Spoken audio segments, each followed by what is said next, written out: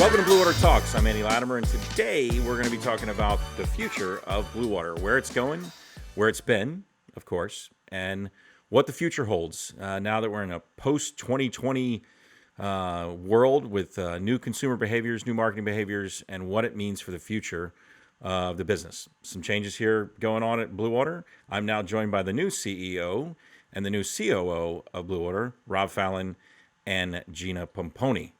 You guys have been around for a bit. For those of you who don't know, Rob's been my partner since the inception of Bluewater. Been here for the whole time and been the right hand for forever, if you will say. So as I take the chairman role, I know that the CEO is the right CEO, the right choice, and knows the history, knows the future, what's going on. And Gina joined us, I guess, 5 years ago, and has been an unbelievably dynamic change agent and helping the business grow. And this team right here, from an operational standpoint, has been running it really for the last couple of years anyway. Now it's just more official in the sense that they've got the reins and they've got a plan for the future. Absolutely. So Rob, how does, when you look back and you sit here and you say, where the heck is this business come from and where does it sit today? And what do you see originally from the core of it? Where we are now, and where do you think it should go?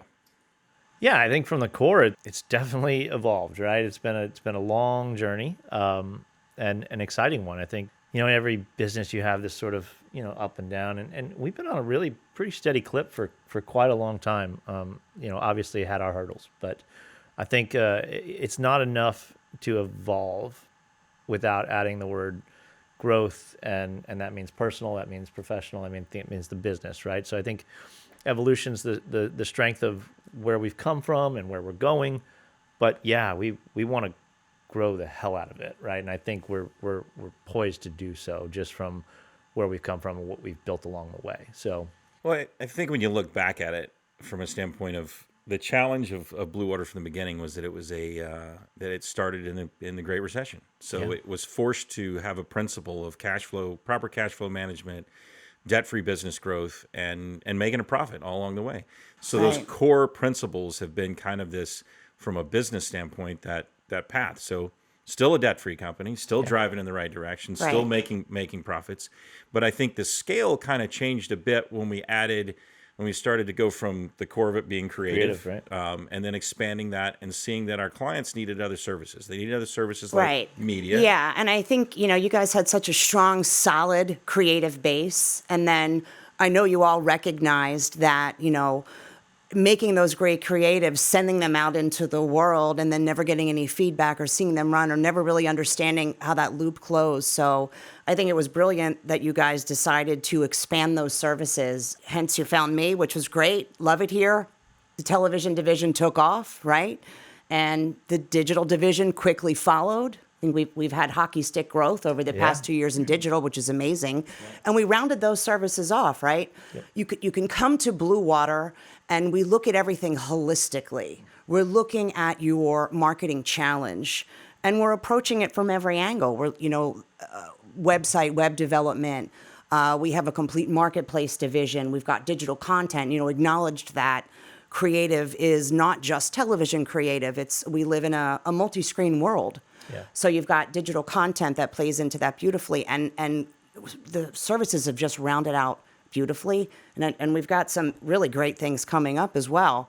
Some new exciting features for the year. Absolutely. Yeah, in 2021. 2021 I fully expect it to be a brighter year, right? And obviously 2020, everyone wants to go ahead and finish burning that off. Yeah. but 2021, for a D2C and branded D2C company, you're right in the middle of the greatest opportunity we've ever had, right? So that change that 2020 brought really force people right into our type of funnel, right? And that's an amazing opportunity. And yes, the evolution has come from, creative and production, right? Which is one pillar of the agency now, to this fully converged story. And what that really means is, how are we helping you attack your entire marketing, strategy and your campaigns, from not only the creative and the media placement and the digital and your funnel and what's happening inside of every aspect of digital, because it's so broad, right?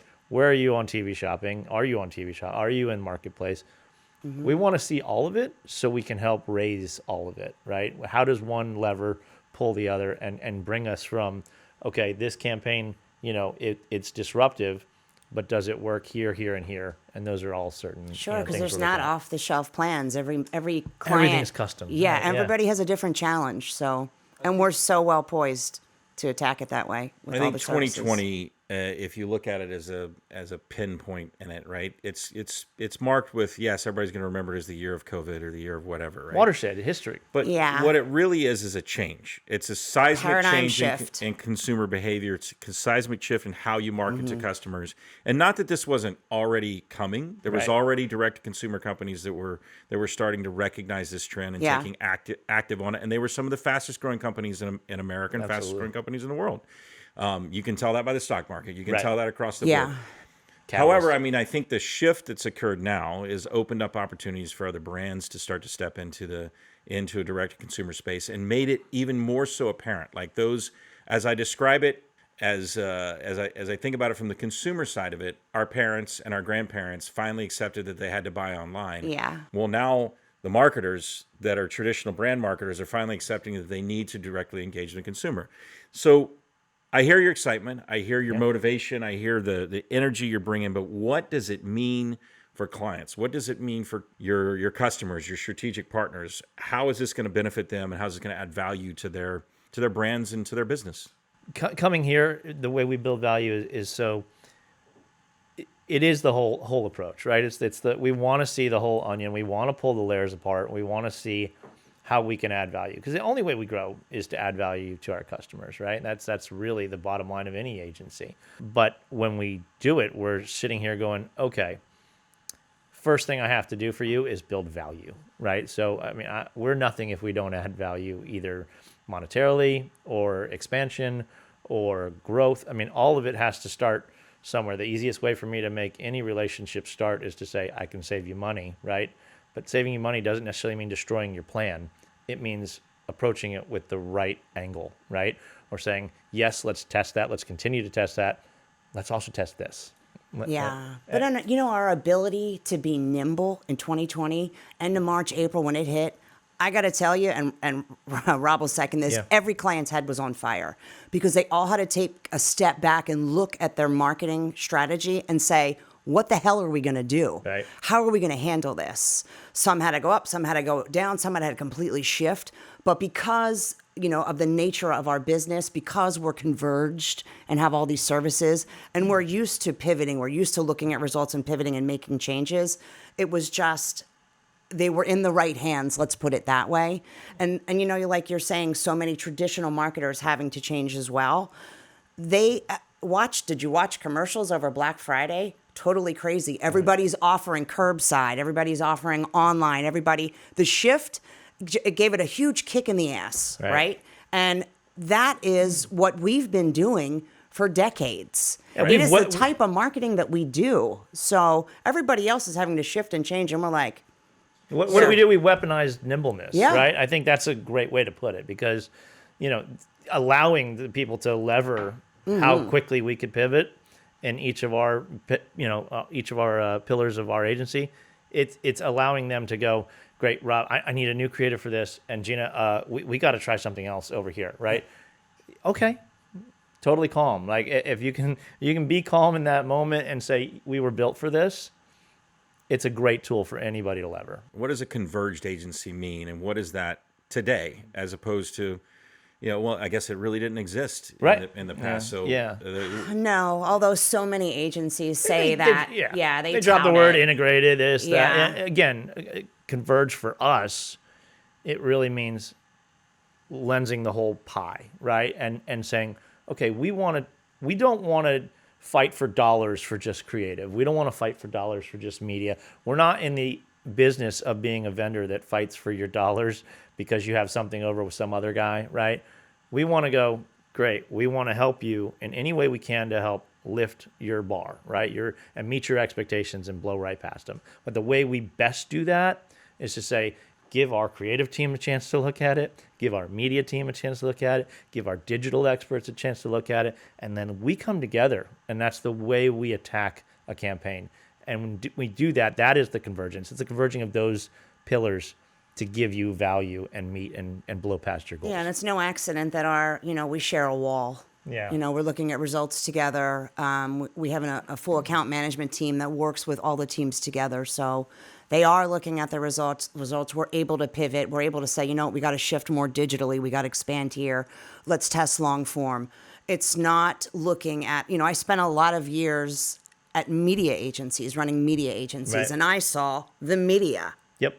If I wanted to elicit a change on creative or somewhere else, I had to talk to the client, who had to talk to the production company, and months go by Right. for me to get a simple edit. Time's wasted, right? Yeah, now I'm screaming out the door. I'm walking down the hallway, and I have it like that. Yeah, and I think that's our USP, right? Is not just it's yes to convergent. It's a word, right? But we want to turn it into a verb, right? Where we've gone from yes, we have these pillars, but we're converging them to bring you success, right? And our USP being this all in-house under one roof strategy, and having those people in-house so that we can get speed to get you back up faster, to make the turns quicker, to not just say it's the media's fault. I mean, we just landed. There's no finger pointing here. Kind of a blue Bluewater. chip, right? Client that's coming to us. And I don't want to talk about their name, but I mean, the reason we were selected was because it's one group to blame if it fails, right? And when we take that accountable approach and shoulder that, there's no better way to say to your client, it's our accountability, right? We owe you this, and the reason we took this approach is because we want to say yes. It's our best practice to do it this way, and our suggestion we do it this way. And when we see the data, I mean, the most important call we have every day is, did you see those numbers, right? Those numbers help us shape decision. And it happens, every 12 hours, right? So it's speed. So obviously, in the past, we recognized, and I think from a company standpoint, we recognize that this separation of certain services, where you had a separate media agency versus separate creative agencies versus separate digital agency, you found a lot of this pointing back and forth. Let's talk about, are there specific examples, keeping brand names out of it, Right. where you've seen a situation where because they weren't in a converged model and they weren't looking across the platform, because mind you, there are great digital agencies and great media agencies and great creative agencies out there that we work with. And we still work a la carte. That really work hand in glove, right? Yep. Can really kind of see past that and share the data and all that. So I don't want to throw anybody under the bus or say anybody out there that there's a negative to it, but are there situations that you've come across that you said that were in specific examples where those opportunities have been created, where you looked at it and said, okay, there it is. There's the secret. There's the, this is what needs to be done and why it needs to be done, and how have you responded to those situations? Sure, and when we have control of it, I mean, I can give you examples of where we have not had control of it and it's failure, and where we have had control of it and been able to shift the marketing. Right. Sure. We've had a lot of success in the exercise category, right? The fitness category. Yep. So we've had some very successful campaigns, but we've also had some where we haven't had complete control over all of the marketing aspects, meaning creative. Now, mind you, even if we're not doing creative, we will provide feedback to our clients, and say, look, here's what we see, here's what we recommend. That doesn't mean we're going to be able to elicit change, as we've noticed many Right. times. Yep. And we've had a lot of them. In the instance that I'm thinking of, none of the changes that we recommended, putting some basic elements back into a creative, were done, and it failed. Right. Now, we've had other clients, I can think of, one in the beverage world, come to us that was failing pretty miserably, come to us, and we looked at them and said, hey, we're going to, come up with a completely different concept of health and wellness, Right. and change your entire marketing strategy, creatively, media, who we target, and their success and I know I can't media mention marketing, names, right. but we all know how successful they were. They were purchased by a Fortune, what are they, 100? Fortune 3? I don't know. I mean, they were within 6 to 9 months, we turned them around to the point where they were acquired by a very, very large company. So Yeah. very successful for them. Yeah. So I think that And there's many case studies. It's the opportunity to be able to talk to people and talk to them about the success that we've had in their category and what we can show them when we come at it and approach it in a holistic or converged sense. Yeah, it's a mindset shift for the people on the other end of the phone from us, right? For them, they haven't thought about it that way. They've had good relationships, and again, relationships are people, right? It's hard to break those if you have a good relationship with somebody, and sometimes and a good trust, and a good trust, right? Yeah, and we want to be that. We want to be great stewards of our clients' money, right? That's sure, because we only make money when they do, of course, right? That's the get, right? I have no interest in not being a trustworthy source for these people.